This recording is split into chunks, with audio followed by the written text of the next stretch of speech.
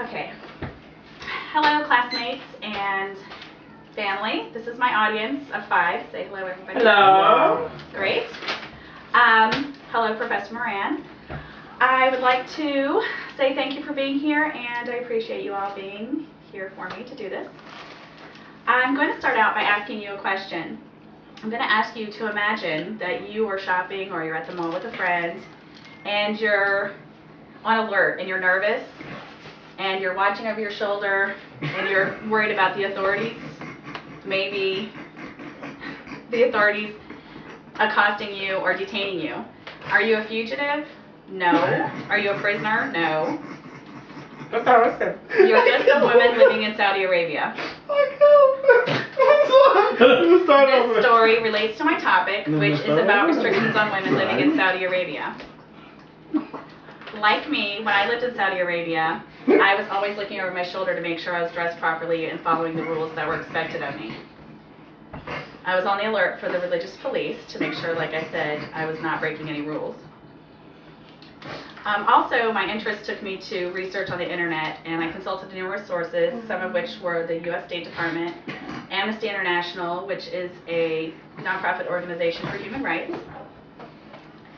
Why I'm asking you to be interested in this is because it's an opportunity for you, several opportunities. One, to possibly glimpse the future of historical changes that will probably take place in Saudi Arabia. Another opportunity to see history repeat itself of women becoming equals, similar to how they became equals in the United States. Also, it's an opportunity to learn about another culture. And also, it's another reason that it's important is that you know that these people are human beings, and sometimes they're not treated well, and they certainly aren't treated equally. So with that said, I'm going to be covering 4 restrictions that women face in Saudi Arabia. There will be clothing, driving. It'll also cover social restrictions, and finally, decision making. So with that said, we'll start on the first restriction, which is clothing. In the U.S., there are no clothing restrictions. You can wear whatever you want. Sometimes, you do have to cover your private areas, but that pretty much covers the restrictions in the United States. In Saudi Arabia, women are required to wear an abaya, which I'm wearing today. It's a long black garment. It goes from your neck to your feet, and it's also very hot. Also, women are required to wear and cover their hair with a hijab, which this is a hijab, and they have to cover their whole head, and their face is the only thing that can be showing. Also, in some Saudi countries, or rather in some countries such as Saudi Arabia, women are also required to wear a niqab, which covers the entire face and only leaves the eyes open, or rather the eyes uncovered. And this is a photograph of a woman in a basdik. So now we've covered clothing restrictions. Let's move on to the driving restrictions. In the U.S., anybody can drive, male or female, as long as they take the test. And in Saudi Arabia, you can also get a license as long as you pass the test, unless, of course, you're a woman. When I lived in Saudi Arabia, I drove a 13K forklift, which was with tires this big, and as soon as I left work, I couldn't drive. I couldn't even sit in the front seat.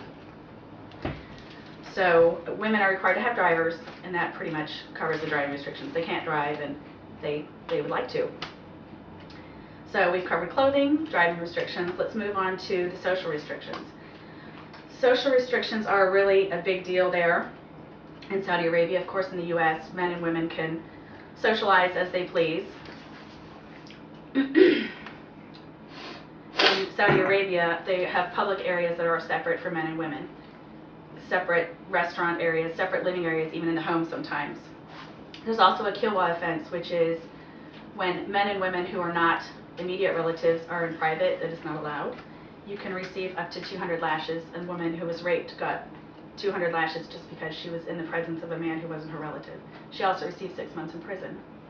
Her rapists received less lashes, but 9 years in prison.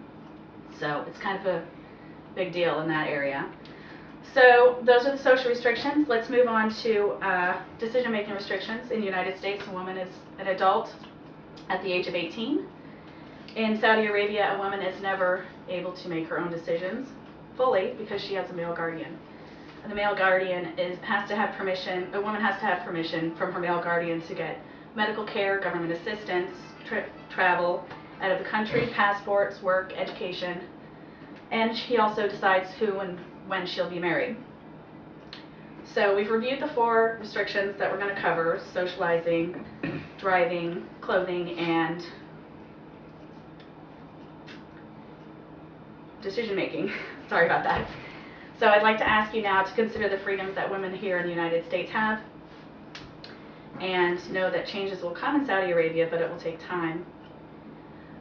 And right now the division in that country is about 50-50 on who will, whether that change should take place. So with that said, I'll leave you with a quote about women struggling in the United States and the restrictions that they incurred, with a quote from Virginia Woolf that was in her essay, A Room of Her Own. The quote is, "Imaginatively, she is of highest importance. Practically, she is completely insignificant. She pervades poetry from cover to cover. She is all but absent from history. She dominates the lives of kings and conquerors in fiction. In fact, she was the slave of any boy whose parents forced a ring on her finger. Some of the most profound thoughts fall from her lips. In real life, she was the property of her husband." So I hope this has shed some light on the restrictions that women face in Saudi Arabia, and I thank you for your time. Interesting.